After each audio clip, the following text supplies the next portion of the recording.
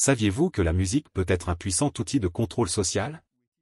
Pendant le régime nazi, des mélodies que nous reconnaissons aujourd'hui comme des symboles d'oppression étaient utilisées pour promouvoir une idéologie de haine et de division. Mais comment cela a-t-il été possible? Quel est le secret derrière le pouvoir de la musique pour modeler les comportements et influencer des sociétés entières? Dans cette vidéo, nous allons explorer la relation complexe entre la musique et la propagande nazie, révélant comment les chansons sont devenues des instruments de manipulation et de contrôle, et pourquoi nous devons rester vigilants quant à l'utilisation de l'art comme outil politique. Imaginez la scène, des hymnes chantés en marche, des chœurs résonnant dans les stades et les rituels, créant une identité collective exaltant l'idéal arien. Quel effet ces musiques ont-elles eu sur la psychologie d'une nation? La musique peut-elle encore porter les échos d'un passé sombre, même plusieurs décennies après la fin du régime? Préparez-vous à plonger dans l'histoire des chansons qui ont façonné l'esprit d'une époque, tout en analysant l'impact durable de la musique nazie sur l'identité culturelle allemande et la mémoire collective. Au fur et à mesure que nous dévoilons cette narration musicale, vous verrez comment l'art peut être à la fois une forme de résistance et un outil d'oppression. Et qu'est-ce que cela signifie pour nous aujourd'hui? Comment l'histoire de la musique sous le régime nazi peut-elle nous enseigner le rôle de l'art dans nos propres sociétés? Ne manquez pas l'occasion de comprendre ces leçons précieuses et l'impact profond que la musique peut avoir sur la formation des identités et des idéologies. Restez avec nous et découvrez la vérité derrière la bande-son d'une des périodes les plus sombres de l'histoire. Si vous aimez l'histoire, abonnez-vous déjà à la chaîne. Mais avant, commentez ici de quel endroit du monde vous regardez cette vidéo. Pendant le régime nazi, la musique a été utilisée comme un puissant outil de contrôle social, façonnant les perceptions du peuple allemand et promouvant l'idéologie du parti. Les dirigeants nazis, en particulier Joseph Goebbels, reconnaissaient que la musique pouvait éveiller des émotions profondes et unir les gens sous une cause commune. Pour cela, la propagande musicale était soigneusement élaborée, allant des chansons patriotiques aux compositions classiques exaltant la culture allemande. La musique a été un moyen efficace de renforcer le récit du régime, présentant l'Allemagne comme une nation forte et unie en temps de crise. Goebbels, en tant que ministre de la propagande, comprenait que la musique pouvait être utilisée pour établir un état d'esprit favorable au régime. Il a promu l'utilisation de chansons exaltant la grandeur de l'Allemagne et les valeurs aryennes, comme un moyen de favoriser le nationalisme. En utilisant la musique lors d'événements publics, tels que des défilés et des célébrations, le régime créait une atmosphère de camaraderie et d'enthousiasme, solidifiant la loyauté du peuple envers la direction nazie.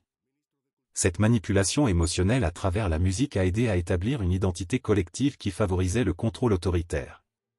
En plus de renforcer l'unité nationale, la musique a également été employée pour faire taire les voix dissidentes. Le régime a mis en place un contrôle strict sur la production musicale, interdisant les chansons et les genres jugés indésirables, comme le jazz et la musique d'origine étrangère. Cette censure a eu un impact profond sur la scène musicale de l'époque, poussant les musiciens et les compositeurs à se conformer à l'idéologie du régime ou à se retirer de la sphère publique. La musique, qui devait être une forme d'expression artistique, est devenue un instrument d'oppression et de conformité. L'utilisation de la musique comme outil de contrôle social ne se limitait pas aux chansons, elle s'étendait à toute la culture musicale, y compris le cinéma et le théâtre.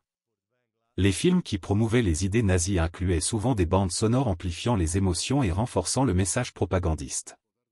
Cette intersection entre la musique et d'autres formes d'art était essentielle pour créer un environnement culturel favorable au régime, montrant comment la musique peut être une force puissante tant pour la cohésion sociale que pour l'oppression. L'un des aspects les plus intrigants de l'obsession de Hitler pour la musique est son admiration profonde pour Richard Wagner. Pour Hitler, Wagner n'était pas seulement un compositeur, il représentait l'essence de la culture allemande et un idéal de nationalisme qui s'alignait parfaitement avec les croyances nazies.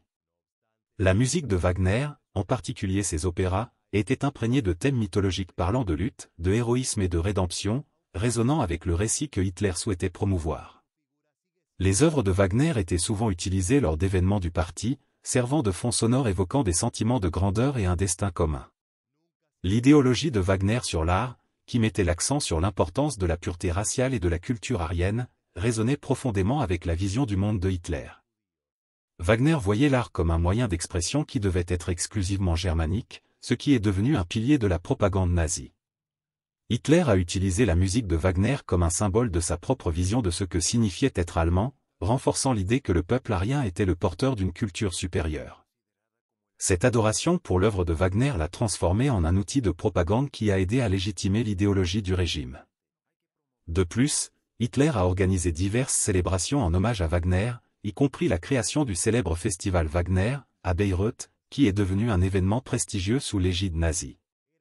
Les représentations des opéras de Wagner étaient minutieusement planifiées pour maximiser l'impact émotionnel sur le public. En associant les œuvres de Wagner au régime, Hitler cherchait non seulement à glorifier la musique, mais aussi à cimenter sa propre légitimité politique. La musique de Wagner est ainsi devenue un symbole de l'identité nationale, mêlant intrinsèquement l'art et la politique. Cependant, la relation entre la musique de Wagner et le régime nazi a également engendré des débats et des controverses qui persistent encore aujourd'hui. De nombreux critiques soutiennent que l'utilisation de l'œuvre de Wagner à des fins de propagande déforme son héritage artistique, transformant un grand compositeur en un emblème du nationalisme extrême. La manière dont la musique de Wagner a été appropriée par le régime soulève des questions sur la responsabilité des artistes envers leur création et la façon dont celles-ci peuvent être manipulées pour servir des intérêts politiques. Ainsi, l'adoration de Hitler pour Wagner devient un symbole de la complexité de l'intersection entre l'art et l'idéologie. Alors que la musique classique occupait une place de choix dans l'agenda culturel nazi, le régime s'attachait également à contrôler la musique populaire, souvent perçue comme une menace à la pureté aryenne. Le jazz, en particulier, était la cible d'une répression intense. Pour les nazis, le jazz était associé à une série d'idées négatives, y compris la dégénérescence culturelle et l'influence des minorités ethniques. Hitler et Goebbels croyaient que le jazz représentait la décadence morale de la société occidentale, devenant un symbole de la corruption qu'ils étaient déterminés à éradiquer. En réponse, le régime nazi a mis en œuvre une campagne agressive pour réprimer la musique populaire jugée indésirable. Les musiciens de jazz étaient persécutés et leurs performances interdites en public. Le gouvernement promouvait des chansons et des styles exaltant les valeurs aryennes, créant une scène musicale reflétant l'idéologie du parti. Cette censure et ce contrôle sur la musique populaire ont non seulement limité la diversité culturelle, mais ont également poussé de nombreux musiciens talentueux à l'exil ou à l'abandon de leur carrière. Les musiciens qui se sont alignés avec le régime étaient fréquemment récompensés et promus. Les compositeurs et artistes qui produisaient de la musique glorifiant l'Allemagne et ses valeurs étaient célébrés, tandis que ceux qui s'opposaient au régime étaient réduits au silence. La propagande musicale est devenue un moyen de renforcer le discours nazi, créant un environnement où la conformité était la norme et la dissidence était punie. Cette manipulation de la musique populaire reflète comment l'art peut être instrumentalisé à des fins politiques, façonnant ce que les gens pouvaient écouter et apprécier. De plus, la promotion d'un répertoire musical pur a contribué à construire une identité nationale basée sur l'exclusion de toute influence extérieure. La musique populaire qui a émergé sous le régime reflétait un idéal de culture homogène qui était, en fin de compte, insoutenable. La répression du jazz et l'exaltation de styles jugés authentiquement allemands n'ont pas seulement appauvri la culture musicale du pays, mais ont également révélé la fragilité d'un régime qui craignait la diversité et la différence. Cette lutte contre la musique populaire souligne la manière dont le totalitarisme cherche à contrôler non seulement la politique, mais aussi la culture et la vie quotidienne. La relation entre la musique et le cinéma sous le régime nazi est un aspect crucial de la propagande culturelle. Le cinéma était l'un des moyens de communication de masse les plus efficaces, et la musique jouait un rôle fondamental dans la création d'une expérience émotionnelle renforçant les messages du régime. Des films comme « Le triomphe de la volonté », réalisé par Leni Riefenstahl, illustraient comment la musique pouvait être utilisée pour élever le récit et inculquer un sentiment de grandeur et d'unité. La bande-son soigneusement choisie a contribué à façonner la perception du public des événements et des dirigeants du régime. Goebbels a compris que la combinaison d'images et de musique possédait un pouvoir unique de persuasion. Il promouvait l'idée que la musique pouvait intensifier l'expérience cinématographique, en impliquant le public de manière à renforcer l'idéologie nazie. Les compositeurs étaient chargés de créer des bandes-sons qui non seulement complétaient les images, mais résonnaient également avec les thèmes de bravoure et de sacrifice qui étaient essentiels au discours du régime. La musique n'était donc pas simplement un accompagnement, mais une partie intégrante de l'expérience de propagande. En plus de créer des films exaltant l'idéologie nazie, le régime a également investi dans des festivals de cinéma qui promouvaient la musique aryenne. Le Festival de cinéma de Berlin, par exemple, est devenu une plateforme pour célébrer les productions reflétant les valeurs du régime. La musique était utilisée dans diverses formes de divertissement cinématographique, des documentaires aux fictions, créant une culture cinématographique étroitement liée à la propagande politique. Cette relation symbiotique entre la musique et le cinéma a mis en lumière la capacité de l'art à façonner la perception publique et à consolider la loyauté envers le régime. L'influence de la musique dans l'industrie cinématographique nazie continue de faire l'objet d'études et de débats.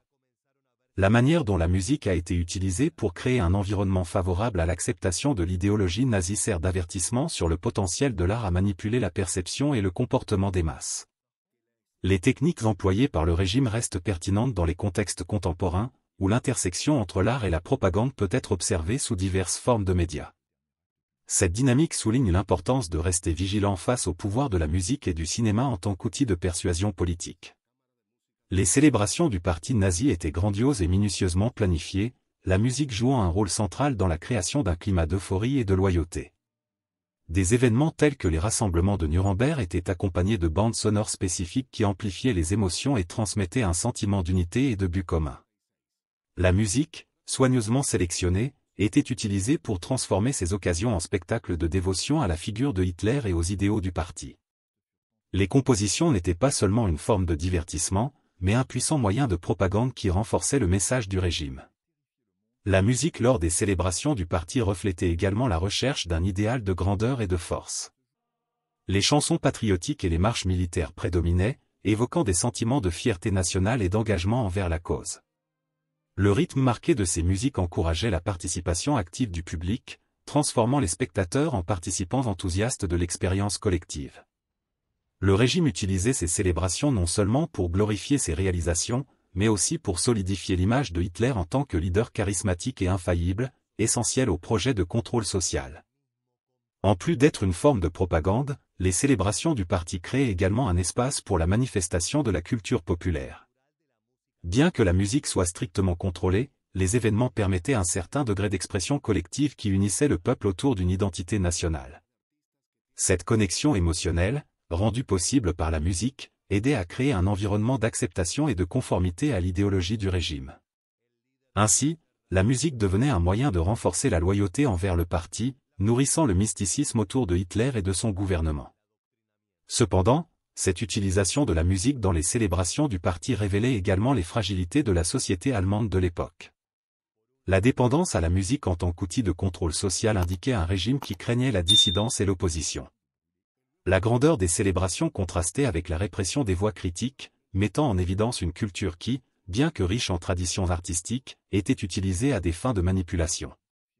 Ce paradoxe entre la célébration culturelle et l'oppression politique souligne la complexité de la relation entre musique et pouvoir. Le régime nazi a également concentré ses efforts sur l'influence de la musique sur la jeunesse, reconnaissant que la formation des nouvelles générations était essentielle à la continuité de ses idées. Des organisations comme la jeunesse hitlérienne utilisaient la musique comme un outil fondamental pour inculquer aux jeunes un sentiment d'appartenance et de loyauté envers le parti. Des chansons spécialement composées étaient chantées lors de réunions et d'événements, créant une culture musicale qui promouvait l'idéologie nazie et glorifiait les valeurs aryennes. Cette stratégie visait non seulement à divertir, mais aussi à façonner l'identité des jeunes Allemands. La musique lors des activités de la jeunesse hitlérienne était soigneusement choisie pour transmettre des messages de courage, de sacrifice et d'unité. Les jeunes étaient encouragés à chanter à l'unisson, créant un fort sentiment de camaraderie qui renforçait leur identification au régime. Les paroles des chansons glorifiaient souvent les exploits du parti et promouvaient une vision de l'avenir strictement alignée sur les croyances nazies.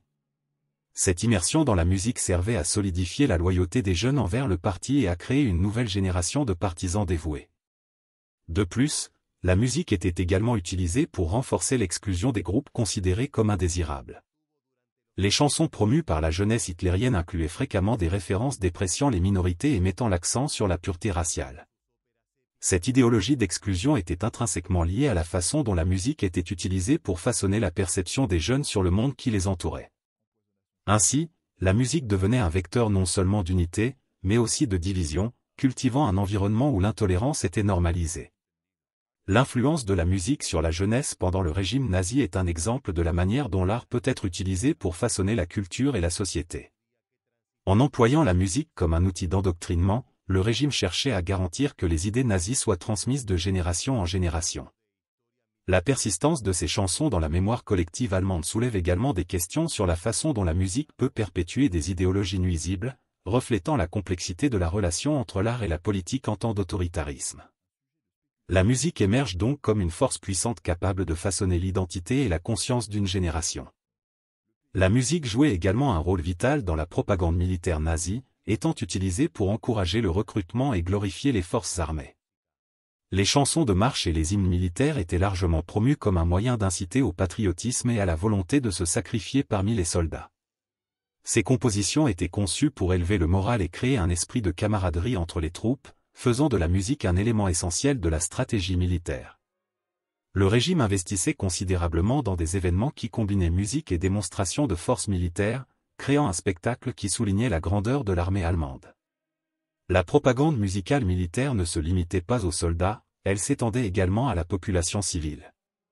Le régime utilisait des chansons exaltant les exploits de l'armée pour galvaniser le soutien du public, instillant un sentiment de fierté nationale. Ces musiques étaient diffusées à la radio et jouées lors d'événements publics, consolidant l'image d'une armée forte et invincible. Cette manipulation de la musique à des fins de propagande militaire ne cherchait pas seulement à garantir le soutien à la guerre, mais renforçait également l'idée que la lutte du régime était une lutte pour la survie de la nation. En outre, la musique était utilisée pour créer une narrative légitimant la guerre et les efforts militaires. Les hymnes glorifiant les héros de guerre et la bravoure des soldats étaient promus comme des symboles de résistance et de détermination. Cette construction d'une narrative héroïque était fondamentale pour maintenir le moral des troupes et de la population civile, même face aux adversités. La musique, dans ce contexte, fonctionnait comme un moyen de validation de la guerre et de consolidation de l'idéologie du régime. Cependant, la glorification de la guerre à travers la musique soulève également des questions sur les conséquences de la propagande militaire. L'idéalisation du conflit et la promotion du sacrifice ont créé une culture d'acceptation de la violence comme moyen de résolution des conflits. La musique, qui devrait être une forme d'expression artistique, est devenue un instrument de manipulation contribuant à la normalisation de la guerre et de l'agression. Cette relation entre musique et militarisme met en lumière l'importance d'analyser de manière critique le rôle de l'art dans les contextes de conflit, en réfléchissant à la manière dont la culture peut être utilisée pour justifier des actions ayant des conséquences dévastatrices. L'obsession de Hitler et Goebbels pour la musique ne se limitait pas à la promotion de leurs propres idées, elle se traduisait également par une répression sévère des artistes qui ne s'alignaient pas sur l'idéologie nazie. Les musiciens, compositeurs et interprètes considérés comme indésirables, en particulier ceux d'origine juive ou qui s'opposaient au régime, ont été systématiquement exclus de la scène musicale. Cette purge n'a pas seulement réduit au silence les voix dissidentes, mais a également appauvri la culture musicale de l'époque, car bon nombre des talents les plus brillants ont été contraints à l'exil ou à la clandestinité. La politique culturelle nazie reflétait une vision étroite de ce qui était considéré comme de l'Hararien. Le régime promouvait un idéal de musique célébrant la pureté raciale et les valeurs traditionnelles, tandis que toute forme d'expression remettant en cause cette vision était réprimée. Les musiciens qui produisaient des œuvres ne correspondant pas aux critères du régime, tels que les jazzmen et les compositeurs modernes, faisaient face à des conséquences sévères, y compris l'emprisonnement et la censure. Cette répression ne détruisait pas seulement des carrières, mais créait également un climat de peur et de conformisme qui étouffait la créativité artistique. L'impact de la répression musicale s'est également étendu au public, qui a perdu l'opportunité d'expérimenter la diversité et la richesse des talents qui ont été réduits au silence. La censure de la musique a entraîné une stagnation culturelle, le régime promouvant un répertoire monotone reflétant ses croyances. Cette limitation de la liberté artistique n'a pas seulement appauvri la culture musicale, mais a également eu un effet corrosif sur la société, sapant la capacité des gens à s'exprimer librement et à se connecter de manière significative à l'art. La répression des artistes sous le régime nazi est un rappel puissant de la façon dont la musique peut être à la fois une forme de résistance et un outil d'oppression. La lutte pour la liberté d'expression artistique reste un sujet pertinent aujourd'hui, à mesure que les sociétés affrontent des défis similaires. L'histoire de la répression musicale sous le régime nazi souligne l'importance de protéger et de promouvoir la diversité artistique comme un moyen de garantir que les voix de chacun puissent être entendues et valorisées. L'héritage de la musique nazie est complexe et ambivalent, reflétant à la fois la capacité de l'art à influencer la société et les dangers de la manipulation culturelle. Après la chute du régime, de nombreuses chansons utilisées par la propagande nazie ont été rejetées et oubliées, tandis que d'autres sont devenues des symboles de l'idéologie de haine. L'étude de la musique de cette période est cruciale pour comprendre comment l'art peut être instrumentalisé à des fins politiques et comment cela peut avoir des conséquences durables sur la mémoire collective d'un peuple. Bien que certaines musiques aient été complètement marginalisées, d'autres ont continué à résonner de manière inattendue. Les chants de marche et les hymnes militaires, bien qu'associés au nazisme, ont été réinterprétés dans des contextes différents, étant parfois adoptés par des mouvements de protestation ou de résistance. Cette réinterprétation révèle la capacité de la musique à transcender son contexte original, acquérant de nouveaux sens dans de nouvelles circonstances. La dualité de l'héritage musical nazi met en évidence la nécessité d'analyser de manière critique l'histoire de la musique et sa relation avec le pouvoir. De plus, l'héritage de la musique nazie soulève des questions sur la responsabilité des artistes et des sociétés vis-à-vis de l'art. Le rôle que la musique a joué dans la propagande et l'oppression sous le régime nazi sert de mise en garde sur les risques de permettre à l'art d'être utilisé comme un instrument de contrôle social. L'histoire de la musique sous le nazisme souligne l'importance de cultiver une culture valorisant la diversité et la liberté d'expression, en veillant à ce que les leçons du passé ne soient pas oubliées. Enfin, l'étude de la musique nazie ne doit pas se limiter à la condamnation de ces messages. Il est essentiel de comprendre la psychologie derrière le pouvoir de la musique en tant qu'outil de propagande et de contrôle social. Cette compréhension peut éclairer les pratiques culturelles contemporaines et aider à promouvoir un usage responsable de la musique dans la société actuelle, en veillant à ce que l'art reste une forme d'expression et de résistance, plutôt qu'un instrument d'oppression et de conformité. Pensez-vous que la musique puisse être un vecteur d'oppression, mais jusqu'à quel point peut-elle être tenue pour responsable des horreurs du passé? Laissez votre avis dans les commentaires. L'impact de la musique nazie sur l'identité culturelle allemande est un sujet qui nécessite une analyse approfondie des relations entre l'art, la politique et la société. La musique, en tant qu'expression culturelle, a façonné la manière dont les Allemands se voyaient eux-mêmes et leur place dans le monde. Pendant le régime nazi, la musique a été utilisée comme un outil pour consolider une identité nationale exaltant la pureté raciale et les valeurs aryennes. Cette construction d'une identité culturelle, cependant, s'est accompagnée d'une répression brutale de tout ce qui ne correspondait pas à la vision du régime, menant à une fragmentation de la culture allemande. Le contrôle de la musique par le régime n'a pas seulement promu un récit de grandeur et de fierté, mais a également délégitimé et marginalisé les voix dissidentes. L'exclusion des artistes, en particulier ceux d'origine juive, a eu un impact durable sur la diversité culturelle de l'Allemagne. La musique, qui aurait pu servir de moyen pour unir différents groupes et exprimer la pluralité de la société, est devenue un outil de division et d'exclusion. Cette dualité met en lumière la manière dont la politique peut façonner la culture de manière profonde, créant des héritages qui perdurent pendant des générations. L'histoire de la musique sous le régime nazi remet également en question le rôle de l'art dans la construction de la mémoire collective. Après la chute du régime, la récupération des voix réduites au silence est devenue un acte de résistance et de résilience culturelle. La lutte pour revendiquer et préserver les traditions musicales qui ont été réprimées est le reflet de la quête d'une identité culturelle qui ne soit pas définie par l'autoritarisme. Cette recherche de réappropriation et de réinterprétation de l'héritage musical est fondamentale pour la construction d'une mémoire collective reconnaissant les complexités de l'histoire allemande. L'impact de la musique sur l'identité culturelle allemande est un rappel que l'art, bien qu'il soit souvent utilisé comme un outil de pouvoir, peut aussi être un moyen de résistance et de renouveau. L'histoire de la musique nazie montre que la culture n'est pas statique, elle évolue et se transforme, reflétant les luttes et les aspirations d'une société. Le rôle de la musique dans la construction de l'identité culturelle allemande est un thème qui continue de résonner, exigeant une analyse critique et sensible des relations entre l'art, la politique et l'identité dans la société contemporaine. Il y a beaucoup d'histoires sombres et intrigantes sur le passé. Si vous voulez en savoir plus, cliquez sur la vidéo qui apparaît à l'écran. Abonnez-vous à la chaîne pour rester informé de tout. Merci d'avoir regardé. À bientôt.